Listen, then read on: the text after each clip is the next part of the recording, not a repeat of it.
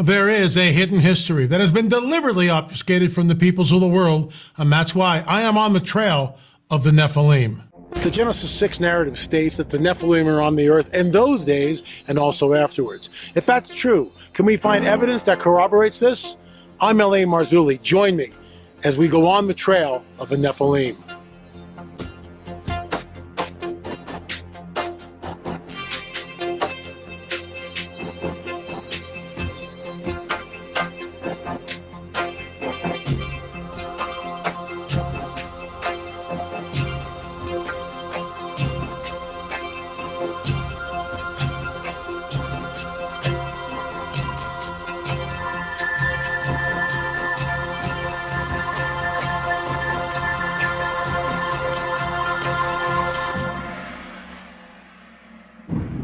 Hey folks, a very special presentation. I was interviewed by my friend, good friend, Tim Alberino. We've been on some adventures together. It's pretty cool. And Tim shared me the link, which is on YouTube. It's already got like 42,000 hits or something like that. So we're going to share it right here after a word from our sponsor, Virtual Shield. Check this out. The U.S. warned citizens to prepare for a possible Russian cyber attack.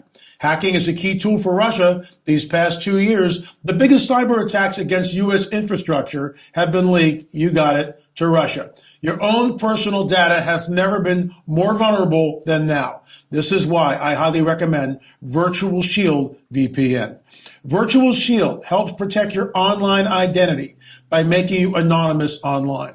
This means ISP hackers or big tech companies will have a hard time seeing what your browsing activity actually is.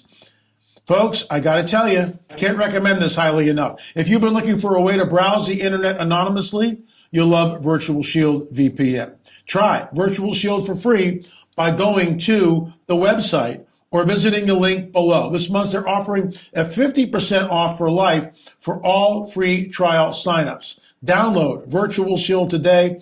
Please go to the link below and check it out. That's virtualshield.com/LA, virtualshield.com/LA. Quick reminder before we roll with the interview that Tim and I did, and I think you'll find that pretty interesting. There's a lot of good comments on his site, but you can watch it right here. Our first show will be aired on PTL tonight, Friday night, 11 o'clock Eastern Standard Time, 8 o'clock on the left coast. That's episode 1, all things Nephilim. It'll dovetail into what we're doing here. And please consider, if you can, just watching it, telling a friend about it. We're trying to build an audience over there. There's 9 million people on that network. I'll be happy if we get 30 or 40,000 people watching it. It'd be a lot more than what we're getting on YouTube. But I digress. Anyway, folks, here's the interview, and we'll see you on Monday morning.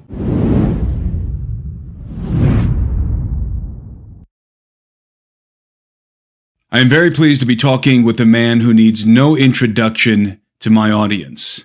The intrepid author, researcher, and filmmaker, L.A. Marzuli.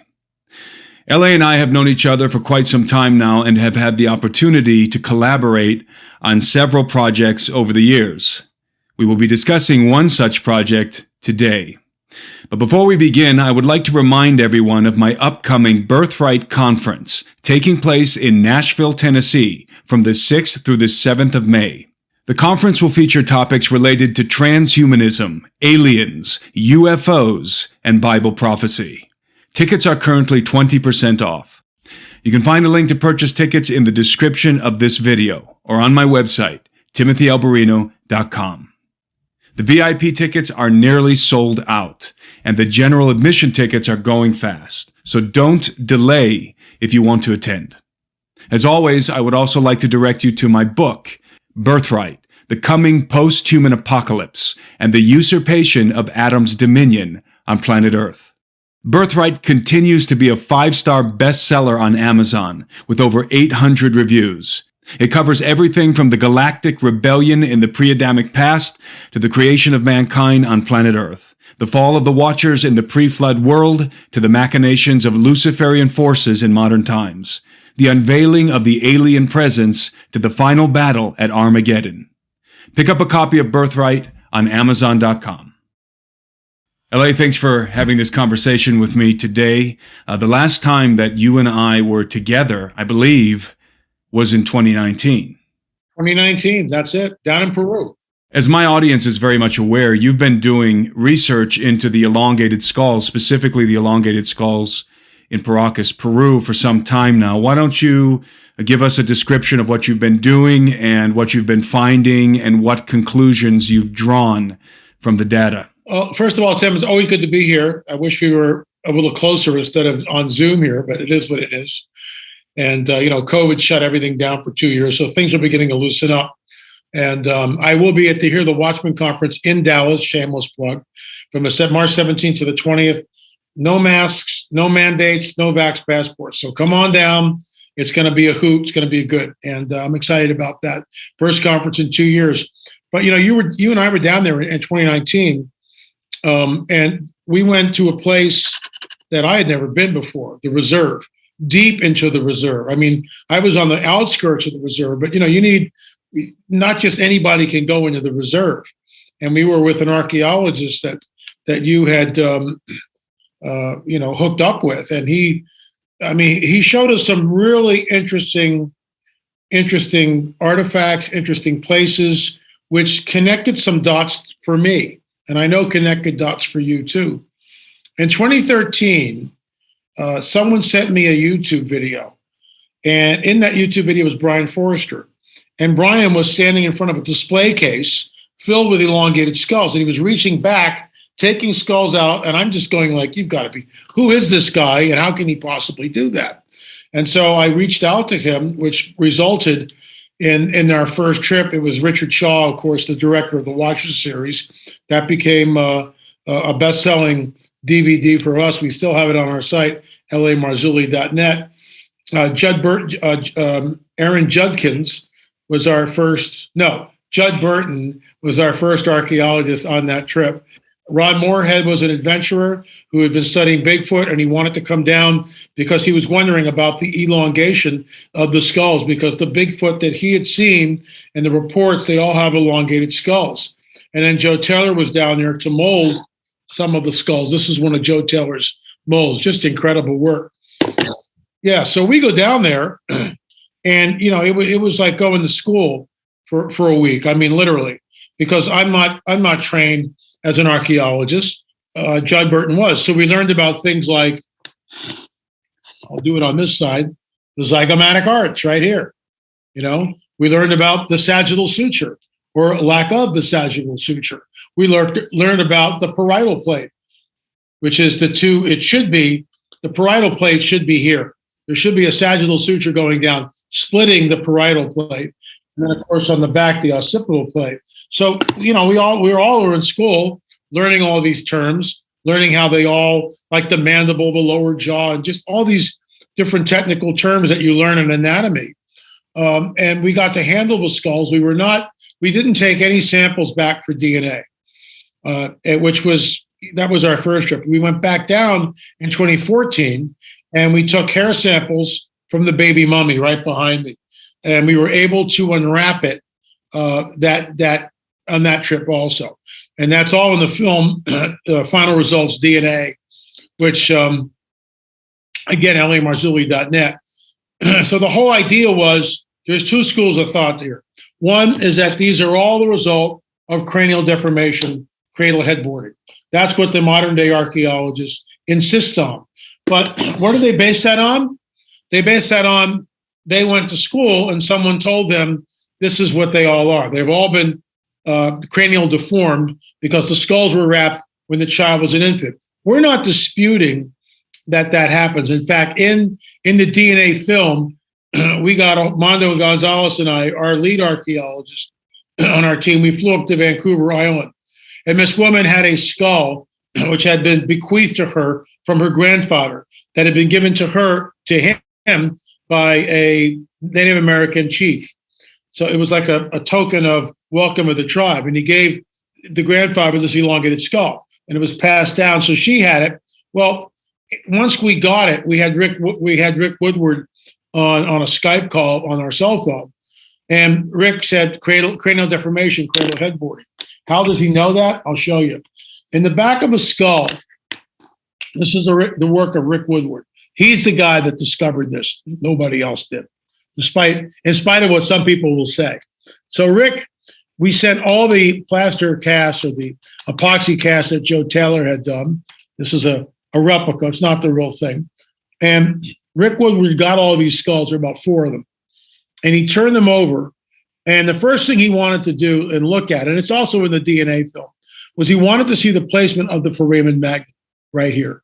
This is the foramen magnum. Now, the space that you see with this nice round hole, that's all done by Joe Taylor. But the original in this skull, this is the shape of the foramen magnum. First of all, the shape's all wrong. But greater than that still, the foramen magnum sits on this skull all the way to the posterior of the skull. If it's out any further, it's outside the skull. It should be sitting here. Should be sitting right here, dead center of a skull. Let me see. Yeah, there you go. Should be sitting right here. It's not. And you can deform a child's head with binding and all this other stuff, but you can't move the placement of the foramen magnum. You can't do that. In a normal human being, it's in the center of a skull, just like yours, just like mine, to balance the skull. This skull is all the way to the posterior. That is genetic. And we've got, on the Trail of the Nephilim, number 6, we've got, medical doctors, we've got surgeons, archaeologists, anthropologists, a chiropractor, optometrist, a whole bevy of people. They're all experts in their field. And they look at the skull and they go, it's not human. Whatever this is genetic. It's some sort of a genetic aberration. So all of our DNA testing that we did, and we were the only team that really went down, we took 58 samples. There was a team that came down later through Brian Forrester that took 100 samples. They got nuclear DNA, allegedly. They made a film, and it's on Gaia. I have yet to watch it. I've got a private link to it. I'll probably do it maybe tomorrow, but I need to look at it. But Brian told me what it was.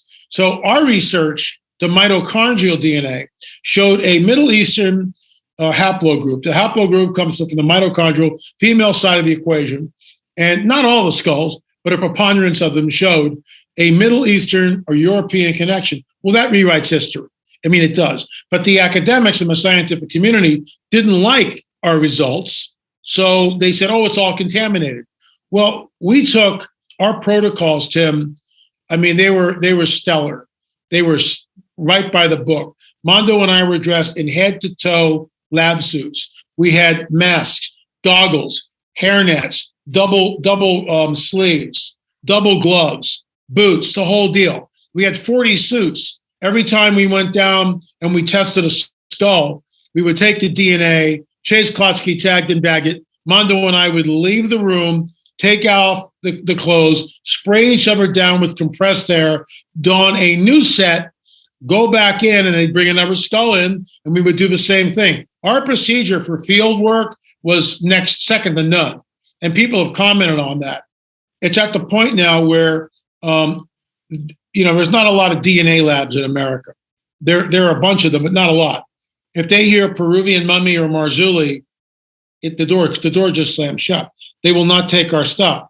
And of course, the scientific community, those who looked at the evidence, immediately said, oh, well, this is all contamination. Well, if it's contaminated, why didn't we get nuclear DNA? We never got nuclear DNA. But Brian's team that came down did get nuclear DNA.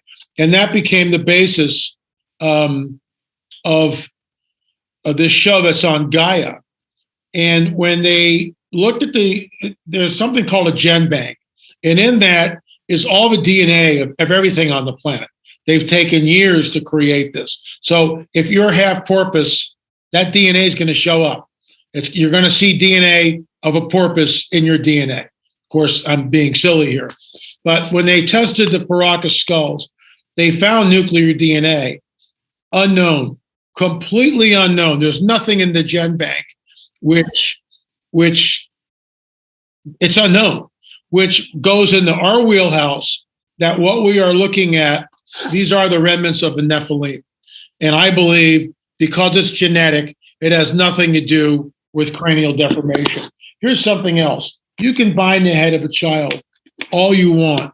You can't make the orbits 25 to 30% larger than a normal human being. You can't make the pupillary distance Instead of 65 millimeters, it's 45 millimeters. Our optometrist on our team, Dr. Jeff Duff, came on the record and stated, first of all, this has got to be genetic. Second of all, because of the orbits being 25 to 30% larger and the pupillary distance much narrower than a human being, they could see in the dark, in his estimation.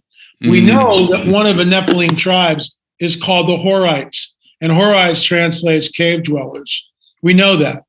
And then you and I are down. This was absolutely, for me, was just mind-boggling. So the archaeologist on your team takes us way out to the reserve, middle of nowhere, some of the most pristine beaches you'll ever see in your life, right? But it's barren, it's desolate, no rainfall at all, probably less than a quarter of an inch a year. Welcome to Paracus. And he shows us the remnants of a 3,000-year-old Paracus dwelling, which is still, for the most part, intact.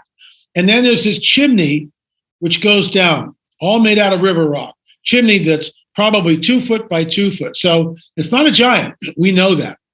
And I asked him, and I think you translated it for me. In fact, I'm positive you translated it. I said, well, did they find any vestiges of torchlight down there? He said, no. I go, well, how did they see? And he said, we don't know. We don't know how they saw. Well, going back to Dr. Jeff Duff, because of the pupillary distance and the size of the orbits, they more than likely could see in the dark. And we know that one of the tribes are the Horites, were cave dwellers. So I'm not making this stuff up. Yeah, and as I mentioned earlier, you were down in Peru with me in 2019, and I was there working on a project, a film project, and I invited you, and Chase Kletsky was also with us. And part of it's a television series that I've been developing with Gary Haven, and part of that expedition was going into the Paracus Reserve. As you said, it's not easy to get permission to go in the Paracus Reserve. Not easy at all. Right. But we had an archaeologist with us named Jose Pinilla from Peru, very well-connected guy, really great guy. And so we were able to get access to the reserve, and not only access into the reserve, but we were also able to deploy our state-of-the-art GPR technology. And for those who don't know, and I'm sure nobody really knows because I haven't really, this is actually the first time, LA, that I'm talking about this stuff publicly, because we haven't even published the show yet. Right.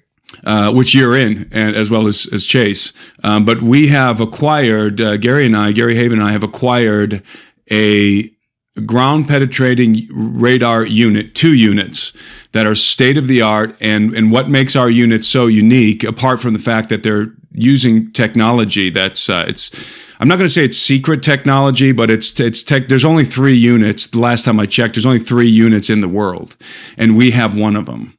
And it's a deep penetrating GPR unit, and we have a shallow penetrating and a deep penetrating unit, and the deeper unit can go down it can see 300 feet below the surface of the Earth, and at high resolution, and we can get a 3-dimensional.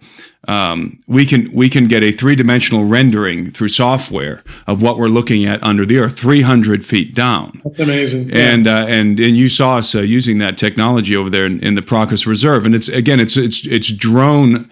It operates off of a drone platform. So in other words, we can fly it around, and we run it on a grid, and so we were able to deploy this technology all over the place in Peru, and we've made all kinds of astounding discoveries. But in Paracus specifically, what LA is referring to for the audience is we discovered that the Paracus people, and this is something that's well known to the archaeologists in Peru. I didn't know. I certainly didn't know this until Jose Pinilla told me. We discovered that the Paracus people apparently, in the middle of the desert, and this is a coastal desert, as you said, but it's, I don't know, LA, if I can tell you that I have never in my life been in a more barren place. Yeah, likewise. It's like the Sahara. It's unbelievable. It's unbelievably barren. Yeah, it's like grows. The surface of Mars, but with the ocean. Absolutely. And you have these, they're almost like underground longhouses. That's the kind of the way I think of it, like the Viking longhouses. So you can picture a Viking longhouse, but it's built into the ground. So all you see is the roof of the longhouse, right, like a hill sticking out of the ground, and instead of the rafters being planks of wood, what you have in Paracus is the rafters are the ribs of whales. They're whale ribs, whale rib bones. And so it's like you have the spinal cord of the whale, and then you have the rib bones, and that's their roof basically. But the house is submerged. So it's an underground dwelling. And I remember you and I and Chase and the rest of our team were just, especially you and I, were standing there just thinking, wait a minute, underground dwellings and big orbital sockets on the elongated skulls. These people, they like to live under the ground. And that really, I know, a light bulb went off in my head, and I thought, wait a minute, there's something even more bizarre about these people than we originally thought. To see one of these guys, it's funny. It's not funny. We've got a line, once again, through Brian, there's a private museum with a full mummy, elongated skull, and the skull is massive. And I've seen it. I've been up close. I've seen this. And Brian's trying to work something out. And what I told him, I said, well, we would go down with an X-ray machine for starters and X-ray this thing to see, first of all, does it have a longer neck? So like a giraffe has the same amount of vertebrae in its neck as we do. But what happens is, and I didn't know that, thank you, Malcolm Warren, who's our chiropractor on our team. And he's there because he studies the skeletal anatomy, obviously. And so, he told me that a giraffe has exactly the same number of bones in its neck as we do. So the difference is the giraffe's cartilage is really big. So and creates a big space between the joints. Getting an X-ray machine down there, because one of our many of our medical team, because of the placement of the foramen magnum, we now believe that there was a compensatory spinal column would be longer. In other words, are we looking at Anakim, one of the Nephilim tribes, translates long necks. That's what it translates. It's not necessarily a giant. And this is what, when I got into this, I used to think that, well, all the Nephilim must be giants. Not true.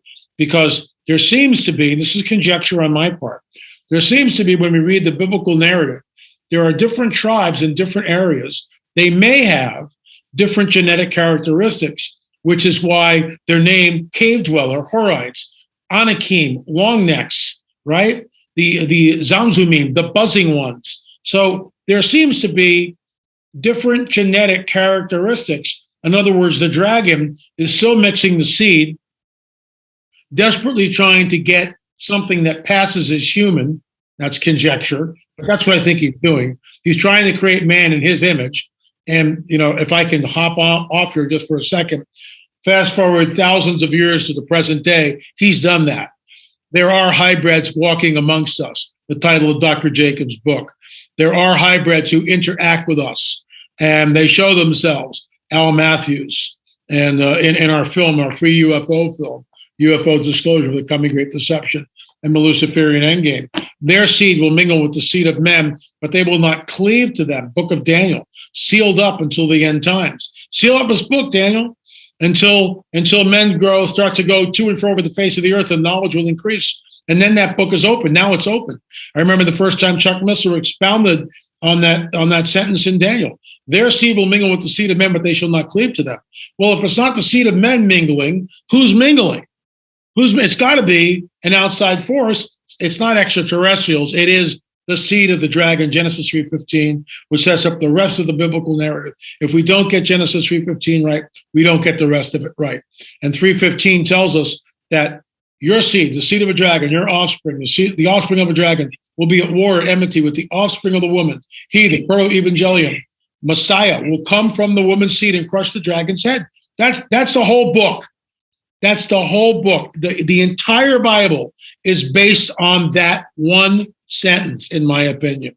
Everything else is a sidebar. I agree. That's definitely the through narrative. It's the conflict. That is the conflict from from chapter 1 all the way through the end of the book. Amen. I mean, that's what it is. So, we were able to get DNA. We look at these things. In my opinion, the Paracus Skulls are Nephilim, just like what happened in the Americas, except in the Americas, we get the giants here. We get the 10 and 12 footers. And we know, and I know you know this, there were certain Wakaros that talk about seeing the skeleton, but this is 30 years ago, of 10 and 12 footers. We also know that in the Gold Museum in Lima, there were seated on thrones 2 skeletons, a king and a queen, and they've disappeared, and no one knows what happened. Well, we all know what happened. That's right. And if I recall, they were of unusual size. Now, they weren't like enormous, but they were like NBA basketball players. At least. Yeah. And I've heard conflicting reports. I heard 10 to 12 feet. Other people said they were, 7 or 8 feet. That's what I've heard, 7 to 8. That's what I've heard. I heard they were let's put it this way. They were uncomfortably large for the curators. Yeah, and they don't want that. No, because the Inca, although the Inca were taller than the other native tribes, they were certainly not, like Shaquille O'Neal. So, yeah, that was an out of place artifact that they disappeared, and that's no conspiracy. It's well documented that's what they do, and they do it over and over and over again. Especially in Peru. And in Peru, people need to understand, for those who don't know, I lived in Peru for a decade. So I'm very well acquainted with how things go in Peru. And in Peru, it's not even just let's hide things that point to the reality, the existence of giants or aliens or something else. It's let's hide anything that doesn't conform to the accepted conventional narrative of the Incan Empire, everything. And as you know, LA, having traveled in Peru, all over Peru, everything has to be Inca, and or pre-Inca in certain contexts. But all the main stuff has to be Inca. And if something is suggestive of not falling in line with that narrative, then it becomes problematic, and they tend to disappear things, even just because of that. Let alone having to deal with giants or DNA that's non-human. There's no doubt that something, it doesn't jibe with the historical record. The historical narrative is that everyone came over here. They're all, Amerindians. They all came over the Bering Strait. No one came by. There were no seafarers. No one came from Europe. Pre-Columbian never existed. End of story. The haplogroups are all B. It's Amerindians. It comes from Asia across the land bridge at the end of the Ice Age. Yeah. Well, we discovered over and over and over again. One of the skulls showed a Druze haplogroup. That's really rare. Druze is in the Middle East. It's like right around the Levant area. I mean, to get a Druze reading like that, some from the Black Sea, some from Eastern Europe, U2E1, from this one right here, the baby skull, if I can get that. So this is what we affectionately call the baby skull. This is a 1,935-year skull. Again, look at the orbits, 25 to 35% large. Yeah, look at the elongated skull. This thing's about 2 years old. Look at the massive frontal plate. Look at that. Look at this thing. And guess what? Guess where the foramen magnum is, folks? All the way in the back. You can see the little hole that we had to work with. It should be here. It should be like right in the center. It's not. It's all the way to the back. So this is not cranial deformation. It had reddish hair. And this showed, we did this 3 different labs, 2 different times, U2E1. So, and I'll tell you, I mean, I don't care anymore because they're just, UCLA, when I asked, well, we've got more samples, I got this nasty letter back from the head geneticist. But when we went down there, this guy was all into it. He was like excited by it. So we actually got a reading, and it was U2E1. Then University of Santa Cruz, which I'm not supposed to say, but I don't care. I'll say it now. They got U2E1. And then, of course, the haplogroup up in Canada who love us, and they will do our testing. And maybe now they've got better machines that might be able to extract nuclear. Who knows? Because that was years ago. And that was U2E1. So we have 3 different labs looking at this, all coming up with the same haplogroup, U2E1. It's Eastern Europe.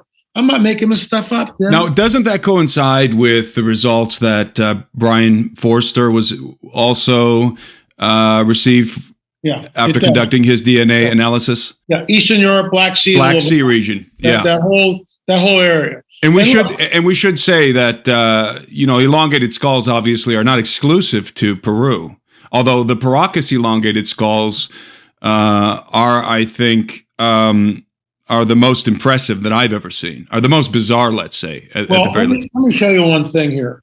This is from my book. This was taken out on Catalina Island. I discovered the photograph, and the way the world works, everybody steals your stuff and never gives you credit. It's just the way it works. This is a picture that I discovered out on Catalina Island years ago. There was a lost cache of records that had gone missing from this primitive archaeologist by the name of Ralph Good. Well, I found a 9-footer, which is right behind me. But you tell me where this is. And look at the baby. Catalina Island. They were here. And that's what people don't get. They were all over the Americas. They were here. The giants were here. In fact, I'm a shameless plug, but I'm doing a show on the PTL network on the trail of a Nephilim. And we're talking about the Ralph Glidden skeleton. That's the second show. The first show was the primer. You need to watch the first show. It'll air on the 11th on Friday night, 11 o'clock Eastern Standard, 8 o'clock Pacific. And then, of course, it airs, I think, all throughout the week. So we're really excited about this. And I'm working on show number 2, show number 3. Tim, I've got so much material. It's just ridiculous. So it's airing this coming Friday. Your first show is airing this coming Friday on the PTL network. PTL network, yeah. Well, obviously, I encourage everybody to go watch that. I think that's going to be phenomenal. On the trail of a Nephilim. Yeah, pretty cool. Now, what do you think about? Because as I said, the elongated skulls obviously are not exclusive to Peru. You have the ones there from Catalina Island. Sure. And this Black Sea origin I find very intriguing. What do you think about that? Well, I mean, look, they migrated. They were everywhere. When Joshua and Caleb came into the Levant after Jericho, that's when everybody, the Nephilim, realized that, wait a minute, this isn't fair. This just isn't Joshua and Caleb coming in, because they didn't do squat for Jericho. They just walked around the thing 7 times and blew the shofar. The walls came down. And, it's people go, that's genocide, like Richard Dawkins. And they killed everybody. That's genocidal. No, they were hybrids. We don't know what they look like, but they weren't supposed to be there. They were all contaminated. They all had Nephilim blood. That's why the mandate comes down. That's why, unless we understand the seed war, when you get to the conquest of Canaan, you go, oh my God, God's a genocidal maniac. That's what it seems like, but he's not. They're Nephilim tribes that are in the Levant. So where was I going with this? Talking about the Black Sea. Yeah. There's a stele. All right. There was this massive migration right after that conquest. Massive migration. They fled. They went into Sardinia, as you know, and they camped out there for quite some time. They went to Malta. They went to Gozo. They went to basically, and then up into Europe, Menga, Spain. We were there. We filmed in the largest dolmen on the frickin' planet. The thing is humongous. I've never done anything with the film. I can't get to it because I'm so backlogged with stuff. But we were there and we filmed inside. There was nobody there that day. It's a park. It's got gates all around this thing. And there was one security guard. But because the guy that we were with knows everybody, they opened up the whole place. I flew the drone. There was no one there. We had it all to ourselves. It was a God thing. There's a stele on northern Africa, which says this: "We are they who fled from Joshua the robber, the son of Nun." We are they who fled from Joshua the robber, the son of Nun. Mondo Gonzalez told me this. And I mean, that is absolutely unbelievable. Yeah, I found that when I also came across that that inscription when I was doing research for the film, one of the True Legends films. And that was in the region of what is today, I believe, it was in what was Algeria. That's right. But what was in the ancient city of Tingis, I think it was called, if I recall. The Phoenicians, yeah. Yeah, and it was a Phoenician settlement. It was a Phoenician settlement, and so it was in fact the Phoenicians who erected that pillar, and it was inscribed on the pillar. We are those who fled. We are those who fled from the face of Joshua the robber, the son of Nun, and that implies that the Phoenicians. Obviously, the origin of the Phoenicians was in Canaan. We know that. Canaanites. They're Canaanites. The Phoenicians were Canaanites. It was the Greeks who called them Phoenicians. And the Phoenicians, of course, the most famous Phoenician incident in history was Hannibal, because the Carthaginians were Phoenicians. And by the way, this kind of gets us down a little interesting path here, but it's a little bit of a digression. But the Phoenicians were a secret society. And it's my contention that you cannot truly understand or appreciate ancient history if you don't understand the Phoenicians, because the Phoenicians are everywhere. They're involved in everything all the time. Obviously, the Phoenicians show up in the Bible a lot in Tyre and Sidon, Sure. which are very, very important cities in the biblical narrative, and which were adversaries to Israel, but then also at times friends. It was the king of Tyre was a friend of Solomon and helped him build a temple, and that's where you get the legend of Hiram Abiff and so forth. That comes from the Phoenicians.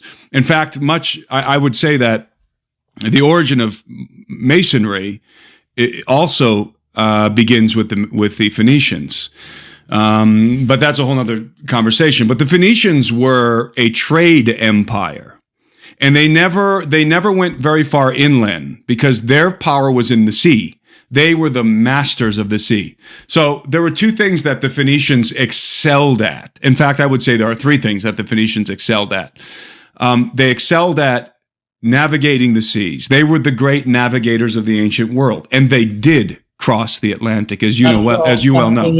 They were the great navigators of the world. Indeed, they were the navy of the Egyptians in many cases. The Egyptians, all their boats and all of that came from the Phoenicians. In fact, all the cedars of Lebanon that were used in the great palaces in the ancient world, from Greece down to Egypt, were the cedars of Lebanon. They were the cedars of the Phoenicians that the Phoenicians were harvesting and building their boats. And by the way, as an aside, and I'll get back to the other two things that the Phoenicians are known for, most famously, as an aside, the Phoenicians built their boats in such a way with the cedars. They were made out of cedar planks. They built their boats in such a way that they were modular. They could disassemble their boats, carry the planks across the land, and quickly reassemble them to navigate the rivers in the interior of continents. They were mind-blowingly sophisticated when it came to seafaring and navigation. The second thing that the Phoenicians are known for is their masonry, surpassing masonry. The Phoenicians were undoubtedly the great masons of the ancient world. Who laid the megalithic foundations of Jerusalem? The Phoenicians did. It's in the Bible. The account is right there. They brought in the artisans. They brought in the stoneworkers. It was the Phoenicians who did it. And I would argue that when we see megalithic constructions in a post-flood context, especially on the island of Sardinia, I attribute it to the Phoenicians. I think they're the only ones who retained the knowledge to build megaliths in a post-flood context, albeit albeit to a much lesser degree. They were still inferior to those who had preceded them in the pre-flood world. But they somehow were able to keep some of that knowledge, to safeguard some of that knowledge. And then, of course, the third thing that the Phoenicians are known for is they excelled in writing. We get our alphabet from the Phoenicians. That's why we call it phonetics. It comes from the Phoenicians. And so combine those three things together.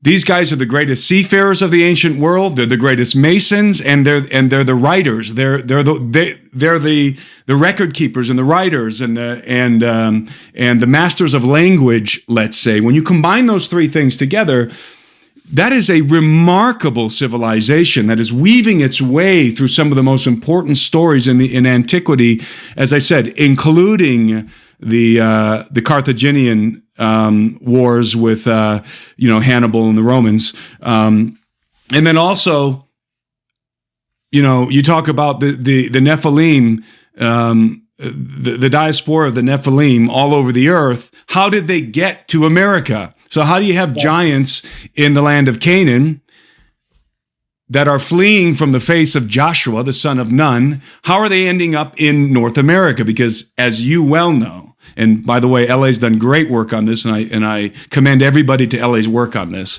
the mound builders in America.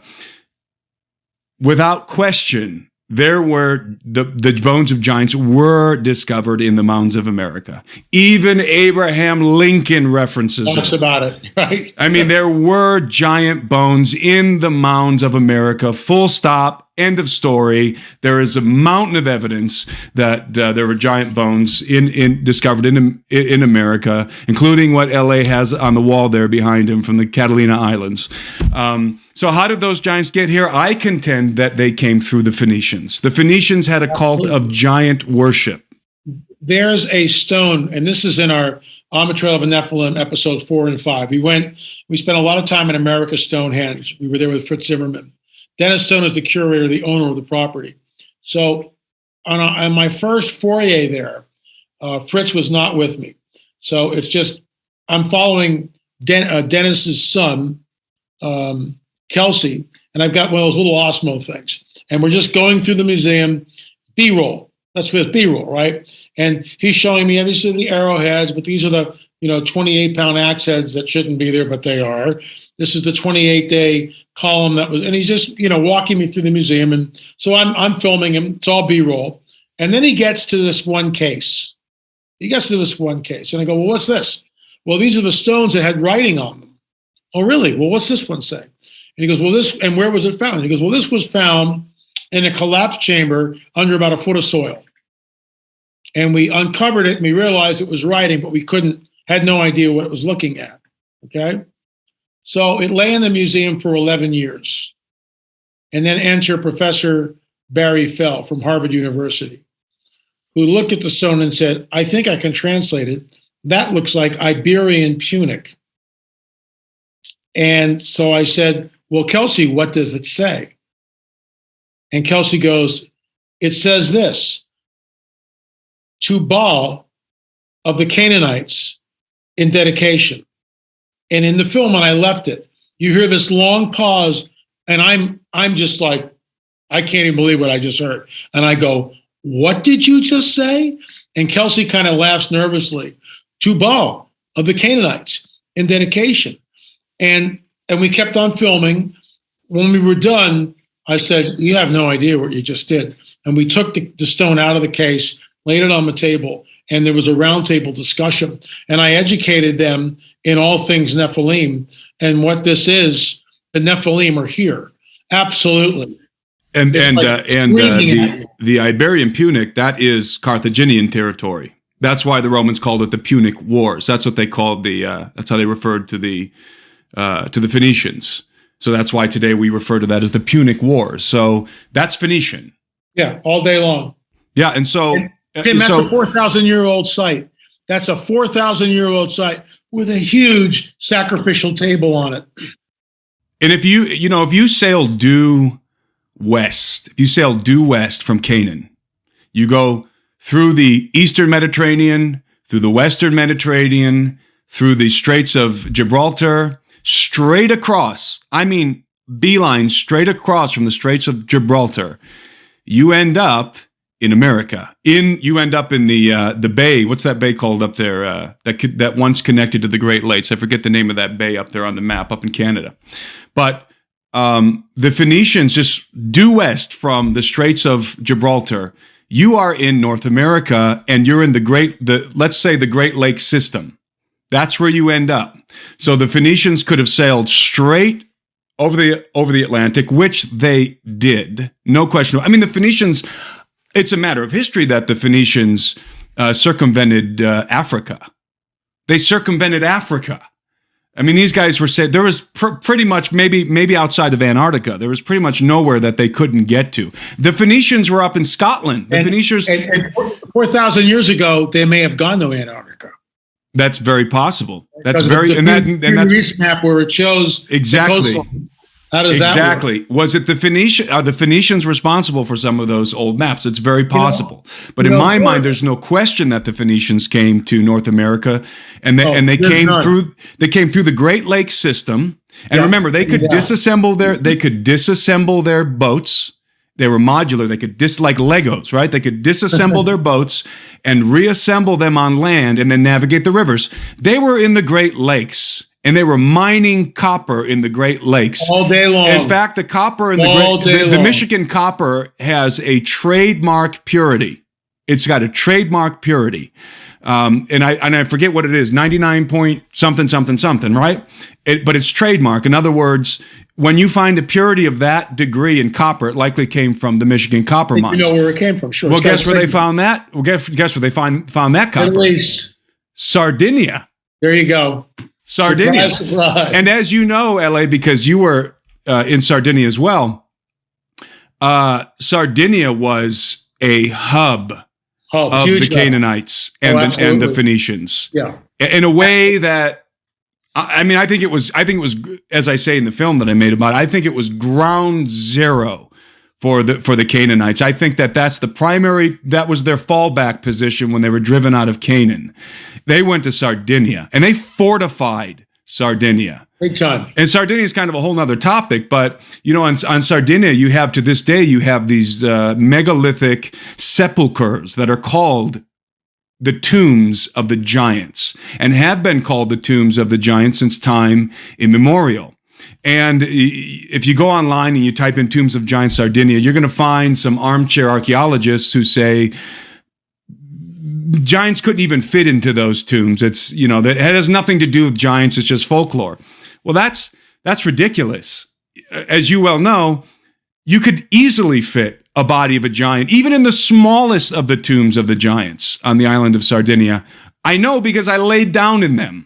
Exactly. And you could easily fit an 8 to 12 to 15 foot guy in even the smallest of the tombs of the giants. Well, it's just like Gilgal Raphaim and the Tomb of the Giants on Sardinia.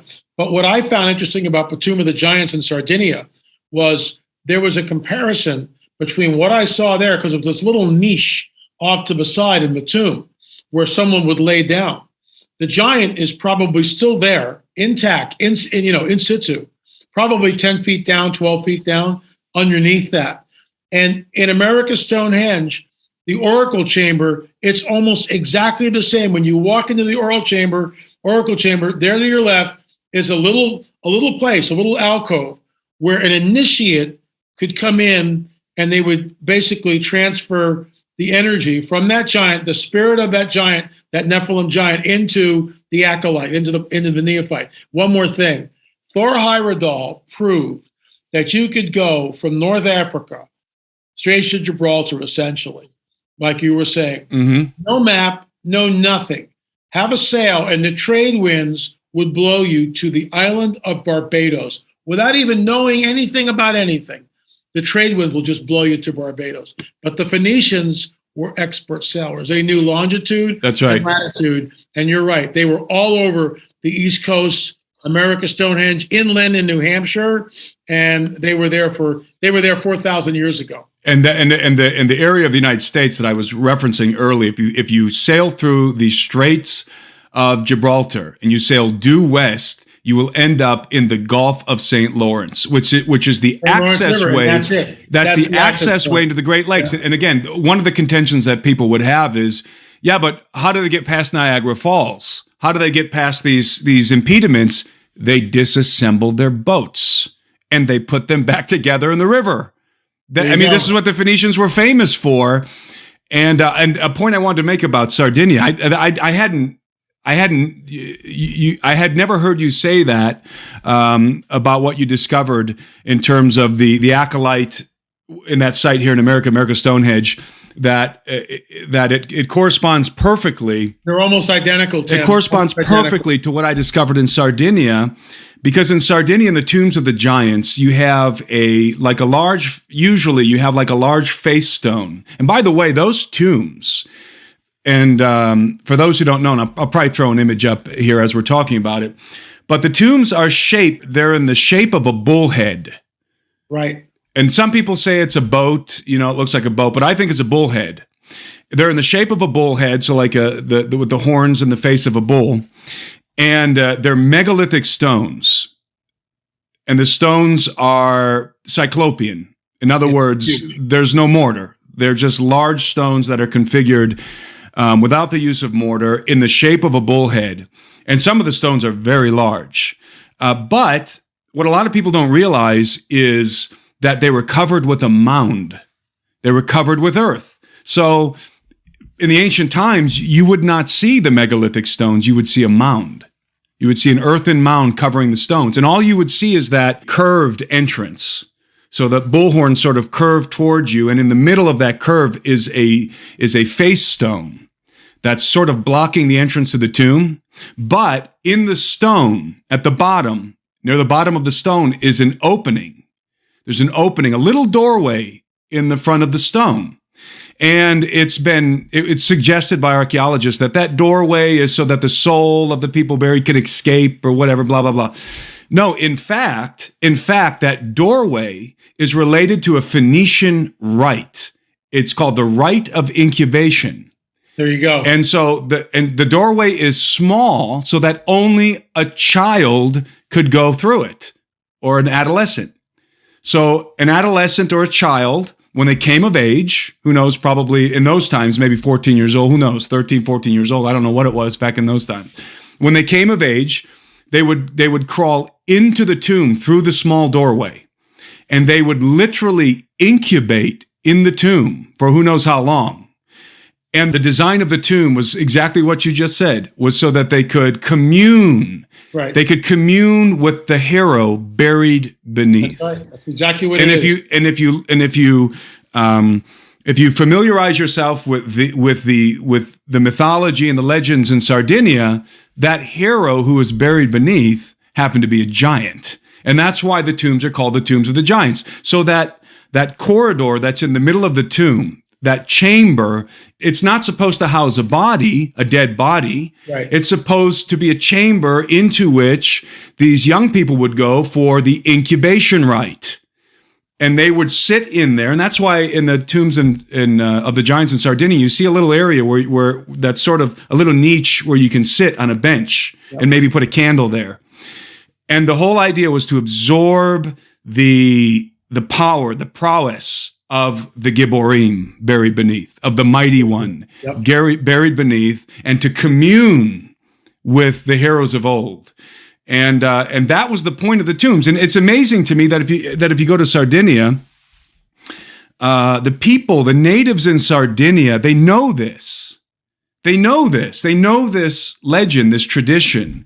But if you talk to some of the archaeologists, there was, to this day, they will tell you that, oh no, the chambers inside of the tombs were large because it was familial burials, right? So you would get a whole family buried inside, and the little doorway was for the spirits to escape up into the cosmos or whatever. What drives me nuts about these guys, they just make it up as they go along. They really do. They just make it up. Because they don't consult with the tradition of the people. They never do. They never ask the Native Americans here or the people on Sardinia. Well, they're just peasants. They don't know. Exactly. And by the way, the people in Sardinia, they did a genetic test some years ago. It wasn't that long ago.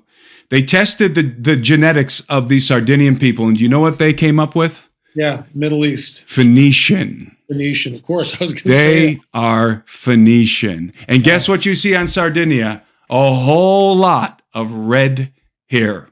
In fact, our mutual friend, Paula, who's a tour guide in Sardinia, has red hair. And she will tell you that I'm Phoenician. The Sardinians are Phoenician. And these rites and the tombs and everything, it's all related to Phoenician rites. And of course, they have the Nuragi civilization. Yeah, that's a whole different number. Yeah. That's famous on the island. But the Nuragi civilization, a lot of the locals believe that the Nuragi civilization was an offshoot of the Phoenician civilization. I would concur with that. That's what I think too. Which is itself an offshoot of the Canaanites. I've got another interview coming up in 1 minute. So. Well, this was great, LA, and I know we could talk all night. We're gonna have to jump back on again before long, and we've got a whole lot more to talk about. But we'll shut it down right here. All right. Hey, thanks for coming on, and everybody go buy LA's books, go get his films, go over to his website. His stuff is awesome. Thanks, Timmy. We'll see you soon. Have a great vacation. Thanks, LA. Bye.